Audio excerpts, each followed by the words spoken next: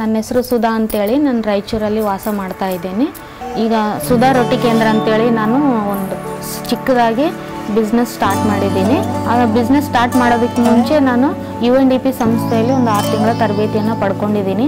ನಾವು ಬಿಸ್ನೆಸ್ ಯಾವ ರೀತಿ ಮಾಡಬೇಕು ಮತ್ತು ಯಾವ ರೀತಿ ಲಾಭ ಪಡಿಬೇಕು, ನಷ್ಟ ಬರದೇ ಇರೋ ಹಾಗೆ ಬ್ರೇಕ್ ಈವನ್ ಪಾಯಿಂಟ್ಸ್ ಯಾವ ರೀತಿ ತೆಗಿಬೇಕು, ಮತ್ತು ನಾವು ಮನೆಯಲ್ಲಿ ಯಾವ ರೀತಿ ಎಲ್ಲ ಸಂಭಾಳಿಸ್ಕೋಬೇಕು, ಮತ್ತು ಸೋಷಲಲ್ಲಿ ಯಾವ ರೀತಿ ಸಮಾಜದಲ್ಲಿ ಯಾವ ರೀತಿ ಇರಬೇಕು, ಸೊ ಎಲ್ಲೆಲ್ಲಿ ಯಾವ ರೀತಿ ನಮಗೆಲ್ಲ ಲೋನ್ಸ್ ಸಿಗತ್ತೆ ಅನ್ನೋದು ಮಾಹಿತಿನ ತಿಳಿಸ್ಕೊಟ್ಟಿದ್ದಾರೆ.